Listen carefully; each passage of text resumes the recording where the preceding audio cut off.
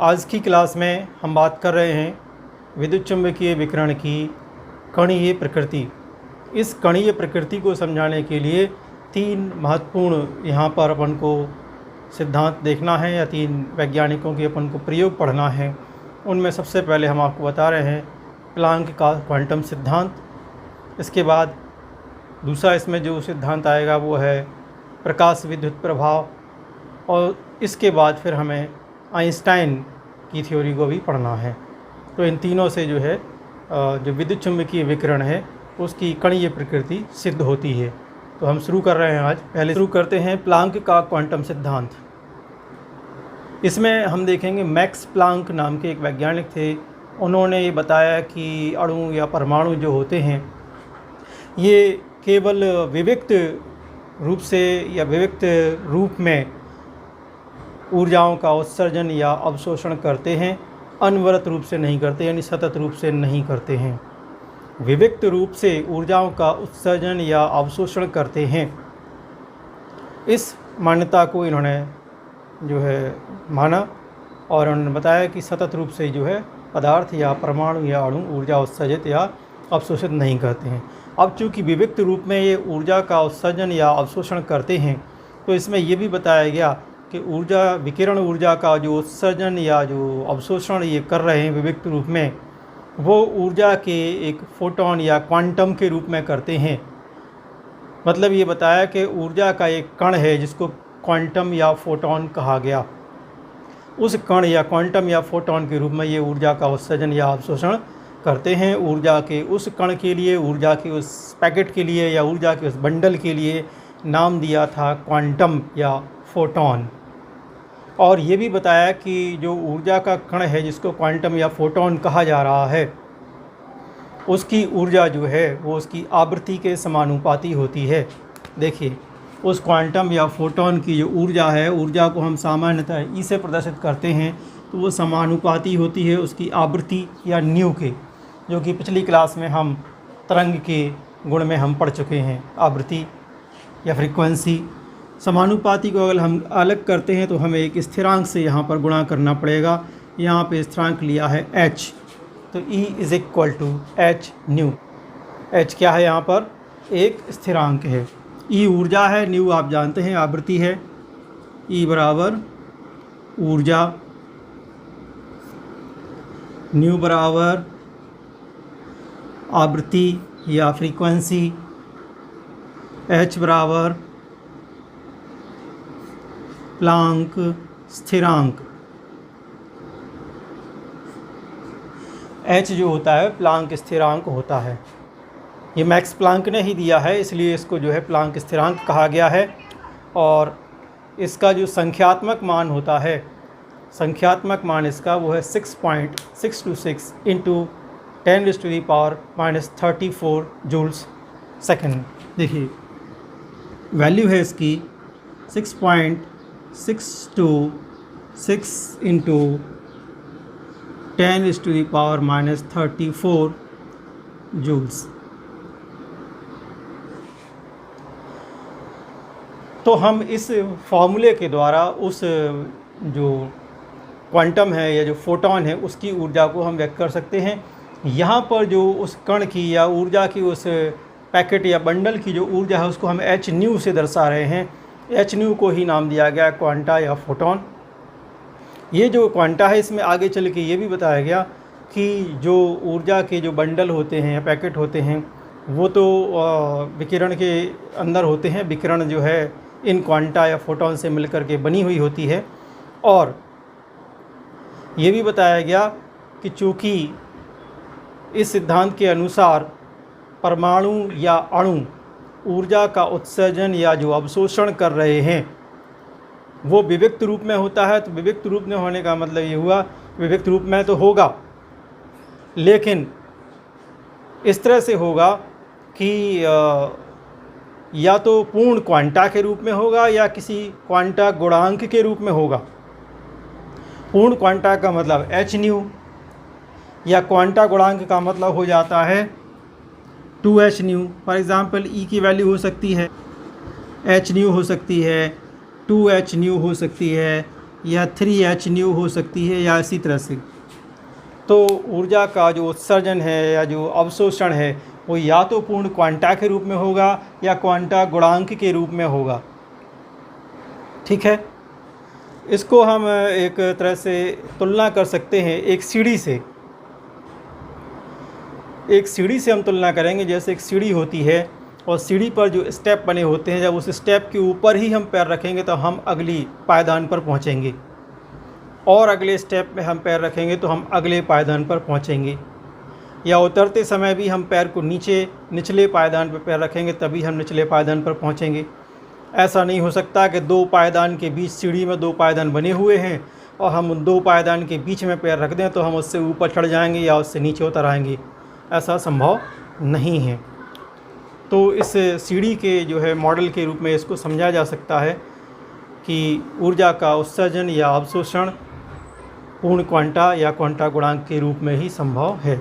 Next जो यहाँ पर हम पढ़ रहे हैं प्रभाव, वो है प्रकाश विद्युत प्रभाव, जिसको हम फोटो इलेक्ट्रिक इफ़ेक्ट भी कहते हैं।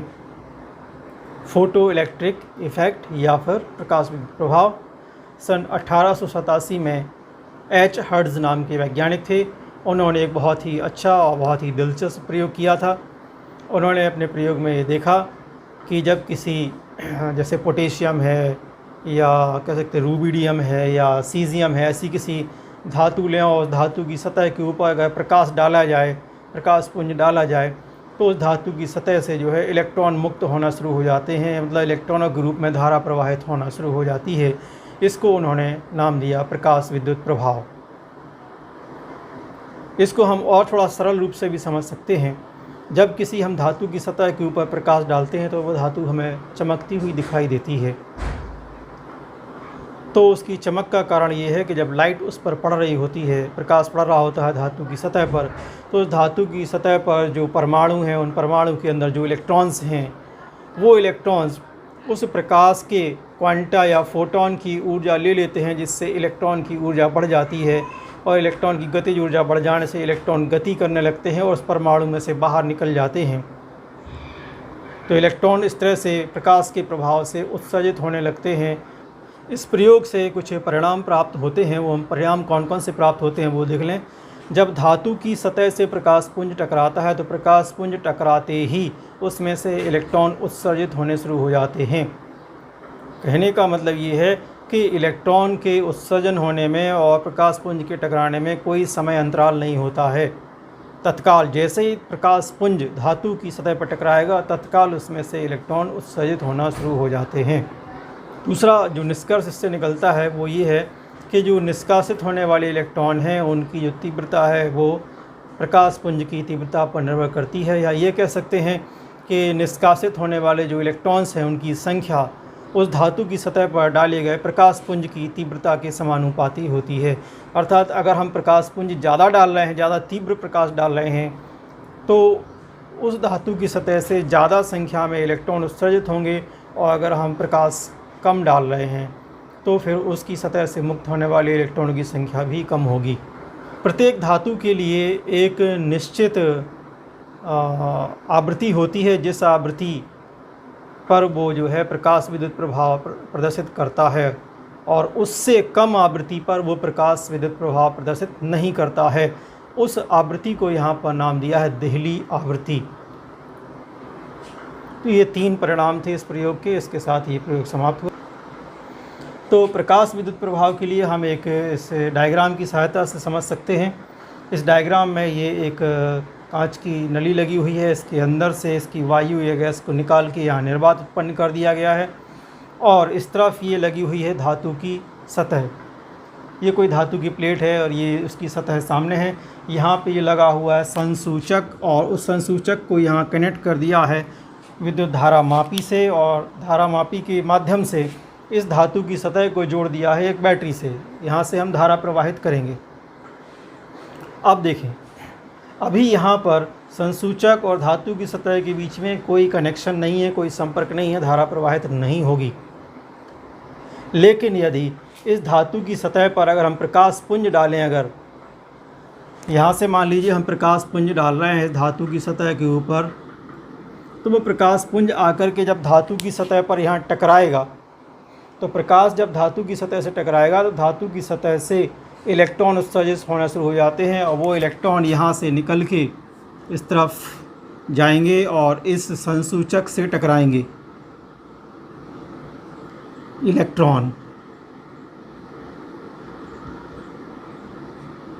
तो ये जो इलेक्ट्रॉन हैं वहाँ से उत्सर्जित हुए धातु की प्लेट से और वो यहाँ से इस तरफ आएंगे, संसूचक से टकराएंगे। जैसे ही इलेक्ट्रॉन यहाँ से उत्सर्जित होकर यहाँ आके टकराते हैं तो यहाँ विद्युत धारा मापी में ये जो इसका पॉइंटर है ये मूव करने लगता है। इससे क्लियर हो जाता है कि जब प्रकाश की किरणें या प्रकाश का पुंज धातु की सतह पर टकराता है तो उसमें से तुरंत इलेक्ट्रॉन उत्सर्जित होते हैं और इलेक्ट्रॉन गति करके इससे टकराते हैं, मतलब इलेक्ट्रॉन के रूप में धारा प्रवाह हो जाता है और हमें विद्युत धारा मापी में इसका पॉइंटर मूव करते हुए या हिलते हुए दिख जाता है।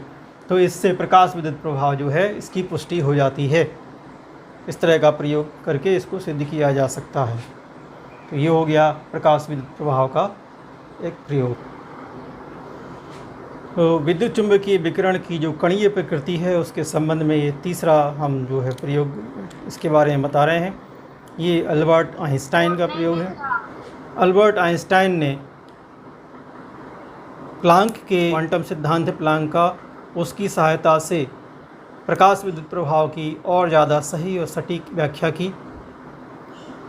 इन्होंने ये बताया कि धातु की सतह पर प्रकाश पुंज के टकराने को हम कणों यानी फोटोनों के टकराने के रूप में समझा सकते हैं।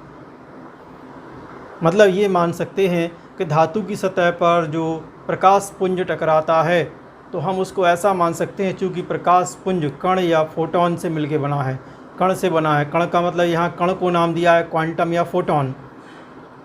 तो प्रकाश पुंज का धातु की सतह पर टकराना हम उसको ये भी समझ सकते हैं या ये भी मान सकते हैं कि धातु की सतह पर फोटोन या क्वांटम रूपी कण का टकराना मान सकते हैं उसको, कि फोटोन या क्वांटम रूपी ऊर्जा का कण आकर के धातु की सतह पर टकराता है और जब वो धातु की सतह पर टकराता है तो उस क्वांटम या उस फोटोन की ऊर्जा धातु के उस स्थान के परमाणु के इलेक्ट्रॉन को स्थानांतरित हो जाती है। उससे इलेक्ट्रॉन की गतिज ऊर्जा बढ़ जाती है और वो इलेक्ट्रॉन उस परमाणु में से निष्कासित हो जाता, निकल जाता है। इसके साथ साथ अगर प्रकाश पुंज की तीव्रता ज़्यादा है, प्रकाश पुंज की तीव्रता ज़्यादा मतलब कि उस प्रकाश पुंज के जो कण हैं, जो क्वांटम या फोटोन हैं, उनमें ऊर्जा की मात्रा अगर अधिक है तो वो इलेक्ट्रॉन को अधिक ऊर्जा स्थानांतरित कर देगा, ऊर्जा अधिक बढ़ जाएगी इलेक्ट्रॉन की। जब इलेक्ट्रॉन की ऊर्जा अधिक बढ़ जाएगी तो वो और भी तेज़ी से निष्कासित हो जाएगा। जितनी ज़्यादा हम ऊर्जा धातु की सतह के ऊपर डालेंगे या जितनी ज़्यादा ऊर्जा हम उस परमाणु के इलेक्ट्रॉन को स्थानांतरित करेंगे या देंगे, उतनी ही ज़्यादा मात्रा में इलेक्ट्रॉन उत्सर्जित होते हैं। ये आइंस्टाइन ने बताया था। इन्होंने ये बताया कि जो प्रकाश पुंज है, प्रकाश पुंज की जो किरणें हैं वो वास्तव में कण से मिलकर के बनी होती हैं। उन कणों को क्वांटम या फोटोन कहा गया। इस तरह से इन प्रयोगों के आधार पर हम कह सकते हैं कि जो प्रकाश है उसकी कणीय प्रकृति होती है। पिछली क्लासों में हमने प्रकाश की दो प्रकार की प्रकृति पढ़ ली है। सबसे पहले हमने देखा था प्रकाश की तरंगीय प्रकृति, उसके बाद हमने पढ़ी प्रकाश की कणीय प्रकृति। तो प्रकाश की ही दो प्रकृति हम पढ़ चुके हैं। तो वास्तव में इनमें से सही क्या है, तरंगीय प्रकृति सही है या कणीय प्रकृति सही है? यहाँ पर जो है दोनों सिद्धांतों में विरोधाभास है। एक सिद्धांत में बताया गया कि प्रकाश की प्रकृति तरंगीय प्रकृति है, तो दूसरे में बताया गया प्रकाश की प्रकृति कणीय प्रकृति है। तो अब हम बात करते हैं दोनों सिद्धांतों की। जब हम व्याख्या करते हैं तो हम देखते हैं कि प्रकाश की जो प्रकृति होती है वास्तव में ना तो पूर्ण रूप से तरंगीय है और ना ही पूर्ण रूप से कणीय प्रकृति है,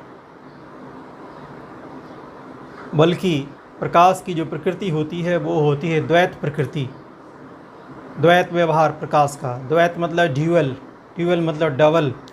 प्रकाश की जो प्रकृति है वो दोहरी प्रकृति है। दोहरी का मतलब ये हुआ कि प्रकाश की प्रकृति तरंगीय है, तरंगीय होने के साथ साथ कणीय भी है। मतलब प्रकाश जो है वो तरंग भी है और कण भी है, दोनों प्रकार की उसकी प्रकृति होती है। इसको बोला गया प्रकाश की द्वैत प्रकृति या ड्यूअल नेचर ऑफ लाइट। क्योंकि सिद्धांत हम पहले पढ़ चुके हैं, पहले सिद्धांत में ये बात स्पष्ट हो चुकी थी कि प्रकाश की प्रकृति तरंगी होती है। उसके बाद वाले क्लास में हमने प्रयोग पढ़े हैं, उन प्रयोगों के आधार पर ये भी सिद्ध हो गया कि प्रकाश की प्रकृति कणीय होती है। दोनों ही बातें सिद्ध हो रही हैं, दोनों में से पूर्ण रूप से सही कोई नहीं है, पूर्ण रूप से गलत भी कोई नहीं है। इसका मतलब ये हुआ कि प्रकाश की प्रकृति दोनों प्रकार की होती है, वो तरंगीय प्रकृति भी होती है और कणीय प्रकृति भी होती है। तो हम अब ये कहेंगे कि प्रकाश की प्रकृति द्वैत प्रकृति होती है, ना हम उसको कणीय प्रकृति कहेंगे ना हम उसको तरंगीय कहेंगे। अब हम इस निष्कर्ष पे पहुँचते हैं कि प्रकाश की प्रकृति कैसी है, द्वैत प्रकृति है, ड्यूअल नेचर है, मतलब दोहरी प्रकृति है, वो तरंगीय भी है और कणीय भी है, हम कोई एक नहीं बोल सकते। तो अब ये हमें ध्यान रखना है कि जब प्रकाश की प्रकृति द्वैत है तो हम ये कह सकते हैं कि विद्युत चुम्बकीय विकिरण की प्रकृति भी द्वैत होती है, विद्युत चुम्बकीय विकिरण भी द्वैत प्रकृति के होते हैं, इनका ड्यूअल नेचर होता है। ठीक है, तो हम नेक्स्ट टॉपिक पढ़ रहे हैं। नेक्स्ट टॉपिक है हमारा परमाणु स्पेक्ट्रा, हिंदी में हम इसको परमाणुवीय वर्णपट भी कह सकते हैं। परमाणु स्पेक्ट्रा में हम आपको पिछली क्लास में बता चुके हैं कि परमाणु स्पेक्ट्रा जो है वो किसी परमाणु की एक पहचान होती है। किसी परमाणु को पहचानने के लिए एक कह सकते हैं हमारे पास डिवाइस होती है, कोई युक्ति होती है जिसको हम स्पेक्ट्रोस्कोप कहते हैं। उस स्पेक्ट्रोस्कोप के माध्यम से हम उस तत्व का या परमाणु का या अणु जो भी पदार्थ है उसका हम स्पेक्ट्रम प्राप्त करते हैं। और स्पेक्ट्रम जो है कागज़ के ऊपर लाइनों का एक पैटर्न होता है, लाइनों के उस पैटर्न से, रेखाओं के उस पैटर्न से हम समझ सकते हैं कि वो जो सैंपल है, जो पदार्थ है वो कौन सा है। तो प्रत्येक पदार्थ का स्पेक्ट्रम अलग अलग होता है और उसमें लाइनों का एक पैटर्न होता है और हर एक पदार्थ के जो लाइनों का पैटर्न है वो 100% समान कभी नहीं होता है। तो परमाणु स्पेक्ट्रम जो है एक प्रकार से ये परमाणु का या अणु का फिंगरप्रिंट होता है, जैसे मनुष्यों का होता है फिंगरप्रिंट, कि उनके हाथों में जो फिंगरप्रिंट है सबकी लाइनें अलग अलग होती हैं, एक समान किसी की नहीं होती हैं, और यही व्यक्ति की पहचान है। इसी प्रकार से स्पेक्ट्रोस्कोप मशीन के द्वारा जब हम किसी परमाणु या किसी पदार्थ का स्पेक्ट्रम प्राप्त करते हैं तो स्पेक्ट्रम कागज़ पर खींची हुई कुछ लाइनों का एक पैटर्न होता है जो मशीन से, स्पेक्ट्रोस्कोप से बनाया जाता है। और उन्हीं लाइनों को स्टडी करके, उनका अध्ययन करके हम ये पता कर पाते हैं कि वो पदार्थ कौन सा है, किस प्रकार का है। इसका अर्थ कि परमाणु स्पेक्ट्रम पदार्थ की पहचान है, पदार्थ का फिंगरप्रिंट है। यहाँ जो टॉपिक है वो है परमाणु स्पेक्ट्रम। तो हम यहाँ पर केवल परमाणु के स्पेक्ट्रम की ही बात करेंगे। सबसे पहले हम परमाणु के स्पेक्ट्रम को समझेंगे।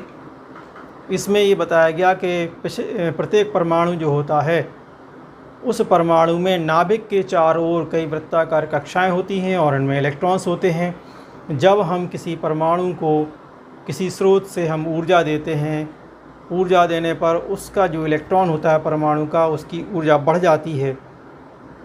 ऊर्जा बढ़ जाने से इलेक्ट्रॉन जो है निम्न ऊर्जा स्तर से उच्च ऊर्जा स्तर में चला जाता है और निम्न ऊर्जा स्तर से उच्च ऊर्जा स्तर में जाते समय वो जो इलेक्ट्रॉन है वो ऊर्जा का अवशोषण करता है।